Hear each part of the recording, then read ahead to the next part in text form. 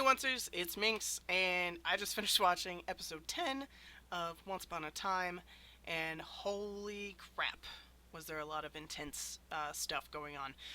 So with that, I'm going to say right now, this is your only warning. If you have not watched episode 10, do not watch this video. Watch the episode first. It is epically awesome. You'll enjoy it. Also, I want to say a quick apology. I know in my last video I said we were going to get a podcast out about the season so far and what we think is going to happen. Unfortunately, I don't know if you can tell from my voice right now, but I got super, super sick over the last week, and so sick, in fact, I actually missed 2 out of the 3 days of Reno Comic Con, which was one of the things I was looking forward to the most all year. And so, super bummer. I didn't think you guys would want to sit through an hour of me sounding like a prepubescent boy with, the voice cracking and hacking and coughing. So, with that said, that'll probably come out sometime after next week, because next week is the mid-season finale, and I'm super excited. So with that said, let's get into it. The episode was actually titled A Broken Heart, or Broken Hearts, something like that. And that was very apt. That was very fitting. And not just for the characters, either. I actually found that my own heart was breaking a little bit here and there. But I will say, not everyone ended up with a broken heart. There was actually some heart fixing that took place or was attempting to get started. So I'm looking forward to seeing how that comes out. But we'll start with saying that this episode, majority of the time, focused on Hook and Emma. They're more of what happened when they were in Camelot, which is crazy, and we find out a lot of stuff. We get a lot of stuff cleared up in this episode, and it was a amazing way to set up for the mid-season finale. This is probably one of their best launcher episodes. And I call it a launcher because it's launching and setting up for that finale. Holy crap. Just...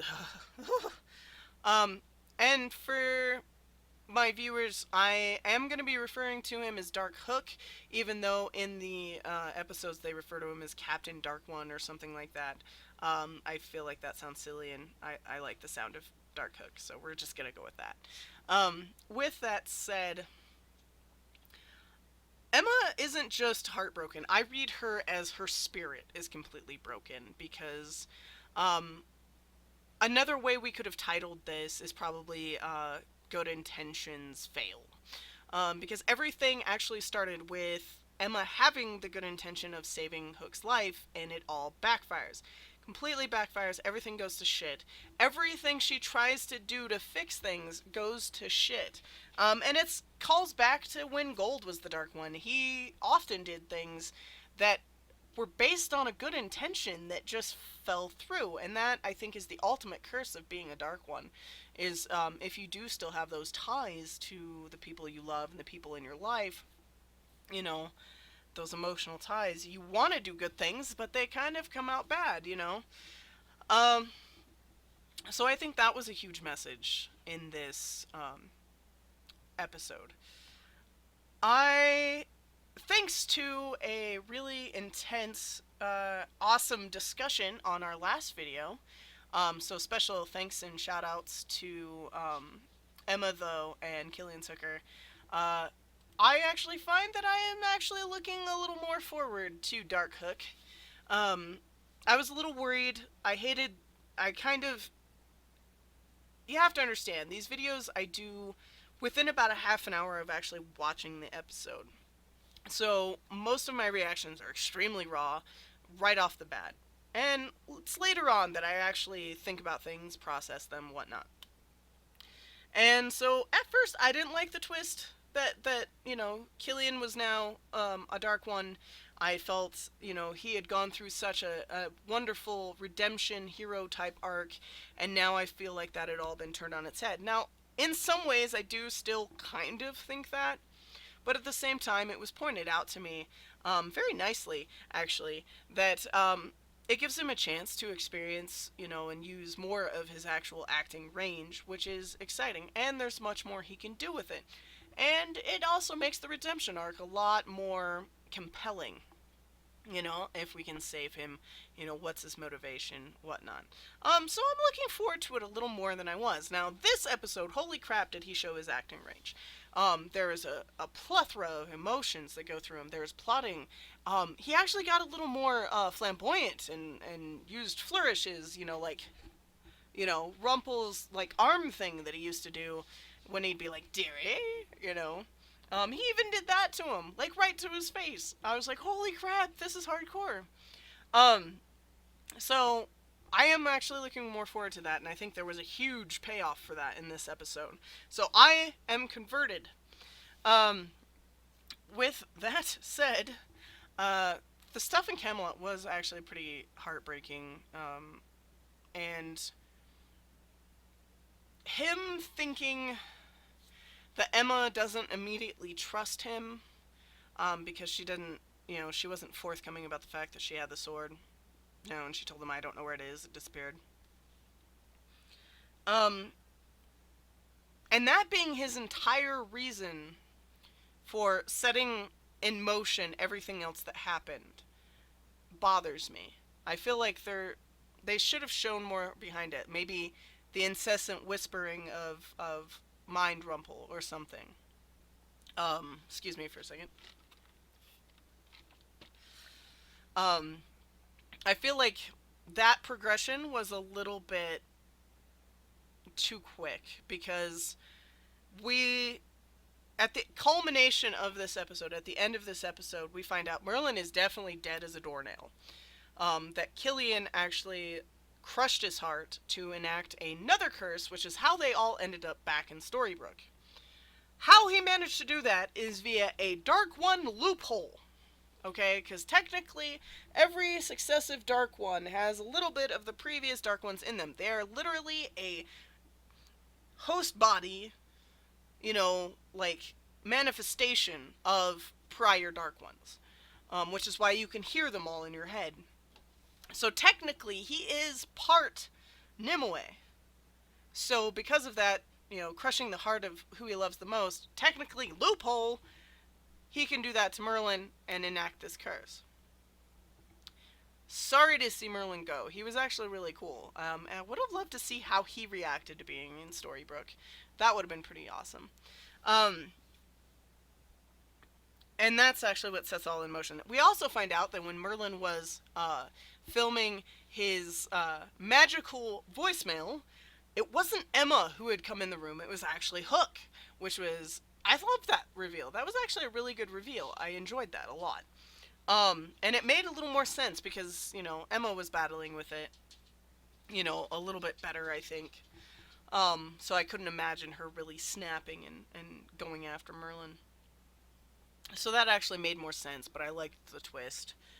Um, yeah, I like her slowly repairing things with Henry, but I feel like his acceptance might have been a little too sudden. Like, I can understand him as being a kid or a teenager who does genuinely love his mom, struggling with wanting to give her that, and like, okay, you kind of proved yourself, you're coming to me for help instead of doing things on your own. But I almost feel like it was too easy considering the prior scene with them. He seriously, like, scolded the shit out of her, for always doing things on her own and not trusting them, so he's not going to trust her, and now all of a sudden he's trusting her.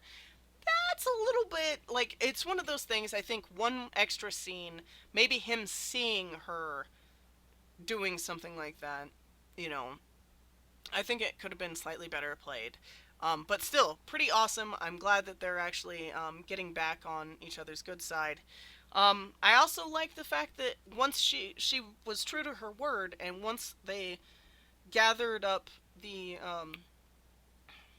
dreamcatchers, that she did give everyone their memories back. I thought that was good, and that's a really good um, way to uh, build trust. Woo!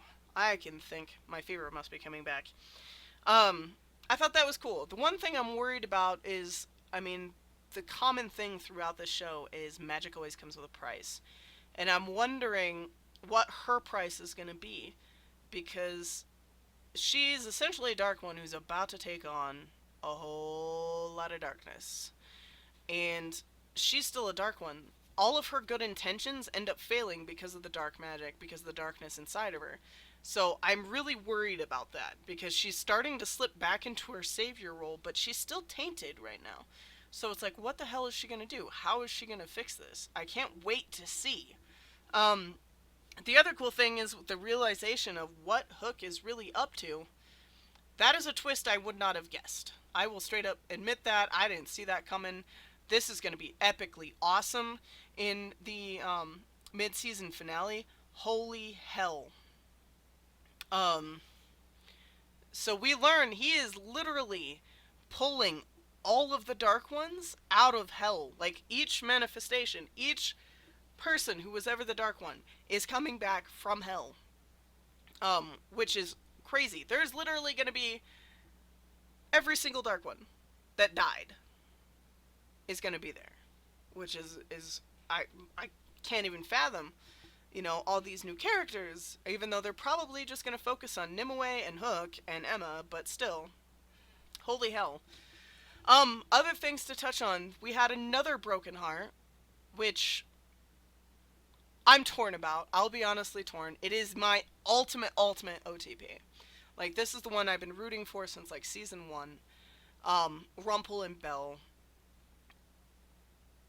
I'm gonna say I do feel bad for Rumple, but I am going to point this out.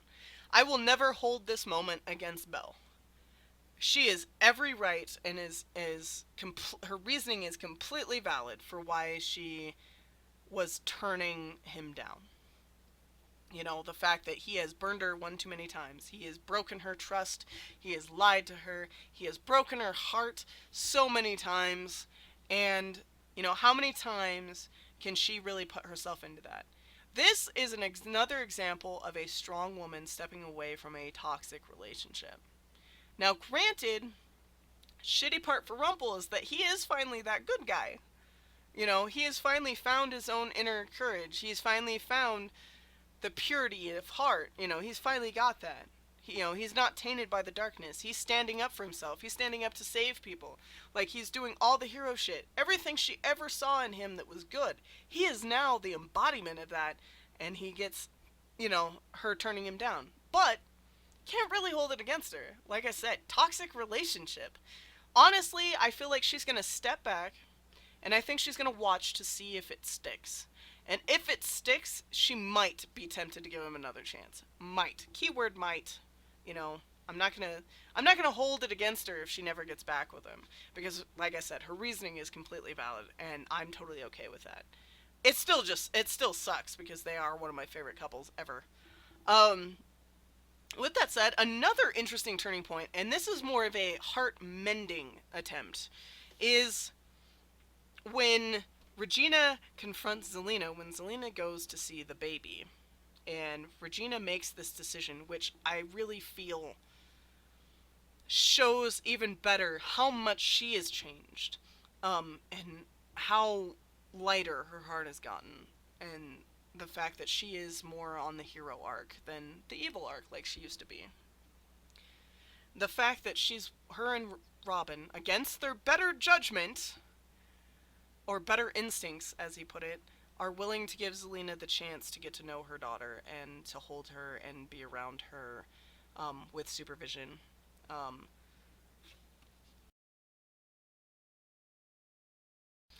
Sorry about that, guys. I just had like a coughing fit. My bad.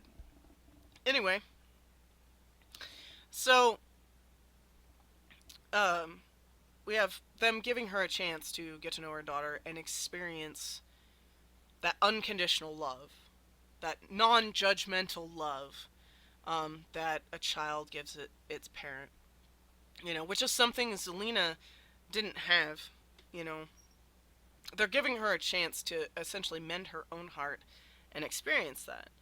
Because Regina remembers, having Henry as a driving force in her life, made her make that change for herself. So they're hoping it happens for Zelina. Whether or not that backfires, I'll be straight up honest. I fully expected her to puff out in green smoke as soon as they handed her the baby. So I'll give her some credit for actually staying and just holding the baby. I'll give her credit for that, and I hope it works out for all of them.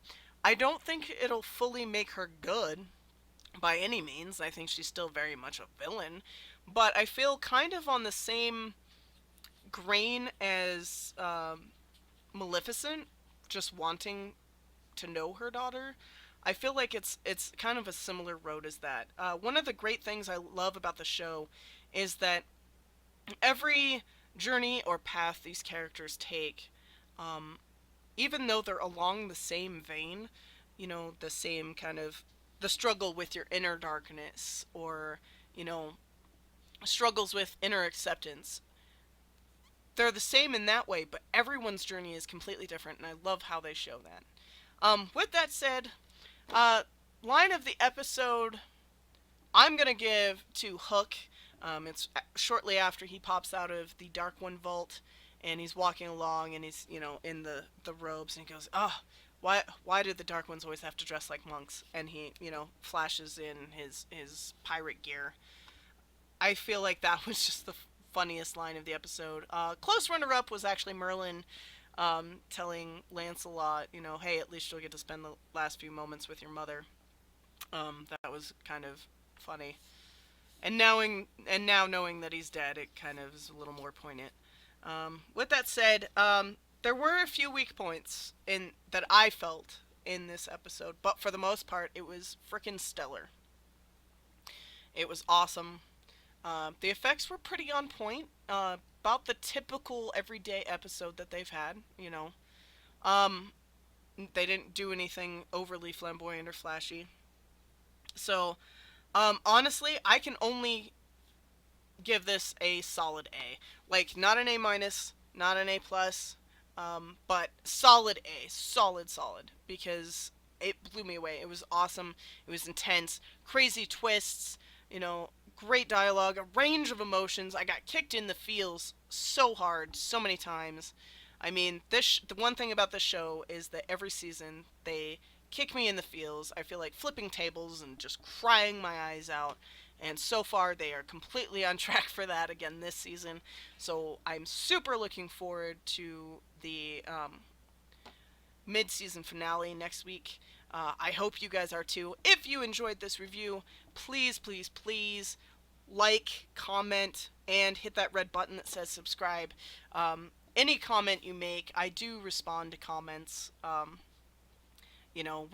like having discussions and comments. I like talking about things that I absolutely love, like this show, as you can tell from the review. So please, please, please help us keep doing this. And later, oncers.